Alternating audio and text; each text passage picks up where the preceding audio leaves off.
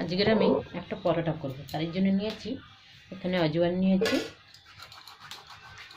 আধা চামচের একটু কম, এখানে কাঁচা লঙ্কা দুটো কুচিয়ে রেখেছি, এখানে বেসন 2 চামচ,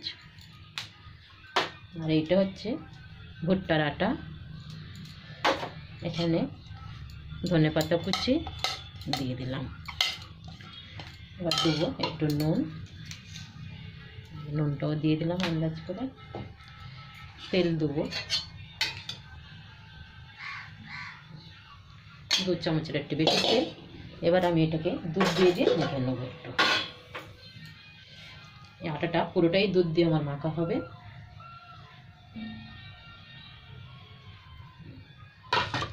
এবার আমি হাত দিয়ে এটাকে ভালো করে মেখে নেবো। এটা ঠান্ডা দুধই আমার রাত্রে গরম করে রেখেছিলাম, একদমই ঠান্ডা না, নর্মাল দুধ। এটাকে আবার ভালো করে আমি হাত দিয়ে ভালো করে টাইট করে মাখতে হবে আমার।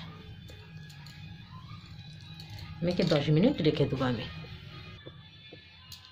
এখানে আধা ঘন্টা হয়ে গেছে, ঢাকাটা খুলে দেখাচ্ছে খুব নরম হয়েছে, মাখা ভালো হয়েছে। এখানে আমি টমেটো আর কাঁচা লঙ্কা পুড়িয়ে রেখেছি, এটাকে মিক্সিতে পিষে দেবো। এটা একটু ধনেপাতা দিয়ে পিষবো। এখানে আমার সবগুলো বেলে নিয়েছি।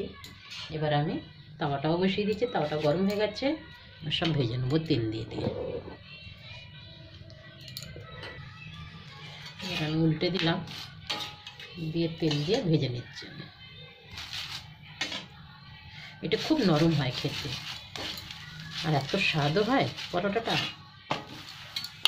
এর মধ্যে খালি ধনেপাতার চাটনি, ধনেপাতা দেশি টমেটো দিয়ে একটা চাটনি করে নিলে খাওয়া হয়ে যায়। তাদের আমার ক্যামেরাম্যানেরা সব এখনও ঘুমাচ্ছে, 8টা বাজে, আর আমি এখন পরোটা করছি। এখানে এই পরোটা হয়ে গেলেই ডাকবো ওদেরকে, ওটা দেখবো খুব খুশি যে আজ খাস্তা পরোটা।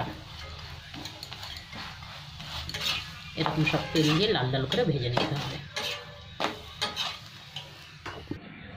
এরকম নরম হয়েছে আমার পরোটা, একদম কি সুন্দর নরম তুলতুলে একদম।